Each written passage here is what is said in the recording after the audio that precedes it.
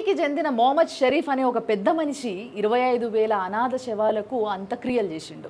కన్న తల్లిదండ్రులు చనిపోతేనే విదేశాల నుంచి వచ్చి అంత్యక్రియలు చేసేటందుకు వెనక ముందు ఆలోచిస్తున్న పిల్లలున్న ఈ కాలంలో కూడా యూపీకి చెందిన మొహమ్మద్ షరీఫ్ అనే ఒక పెద్ద మనిషి 25,000 అనాథ శవాలకు అంత్యక్రియలు చేసిండు. ఆయన సొంత ఊరు అయోధ్య.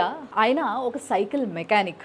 ఎప్పుడో 1992లా వాళ్ళ కొడుకు ఏదో పని మీద దూరంగా పోయినప్పుడు యాక్సిడెంట్ అయ్యి చనిపోయిందంట. చనిపోయిన విషయం ఆయనకి ఎప్పుడో చాలా రోజులకి తెలిసిందంట. అప్పుడు ఆయన ఫిక్స్ అయిందంట, నాకు ఎదురైన ఏ అనాథ శవంకైనా నేనే అంత్యక్రియలు చేస్తా అని. ఈయన చాలా మంది షరీఫ్ చాచా అని చాలా ముద్దుగా పిలుచుకుంటారంట. ఈయన సైకిల్ రిపేర్ షాప్ పైన వచ్చిన ఆదాయమే చాలా తక్కువ. అయినా కూడా దాంట్లో నుంచి ఒక 20-25% తీసి పక్కకు పెడతాడంట. అది కూడా ఓన్లీ ఇట్లా అనాథ శవాలకి అంత్యక్రియలు చేయడానికి.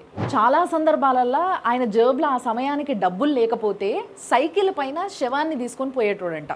ఈ సీరియస్నెస్ అండ్ కమిట్మెంట్ని చూసిన తర్వాత ఆయన ఫ్యామిలీ మెంబర్స్, ఆయన ఫ్రెండ్స్ కూడా ఆయనకి సహాయం చేయడం మొదలుపెట్టినరంట. అయినంత వరకు చనిపోయిన వాళ్ళ వివరాలు తెలుసుకొని, అంటే వాళ్ళ ఆచారం ఏంది, వాళ్ళు ఏ మతానికి సంబంధించిన వాళ్ళో తెలుసుకొని ఆ పద్ధతి ప్రకారమే అంత్యక్రియలు కూడా చేయించేటోడంట. ఈయన ఈ విధంగా చేసిన సేవల్ని గుర్తించి 2020లా ఎన్డీఏ ప్రభుత్వం ఈయనకి పద్మశ్రీ అవార్డుని ఇచ్చింది. పద్మశ్రీ అవార్డు వచ్చిన తర్వాత కూడా ఆయన మానేయలేదు. ఈ గత 6 ఏళ్లలో కూడా చాలా అనాథ శవాలకి అంత్యక్రియలు చేసిండంట ఆయన.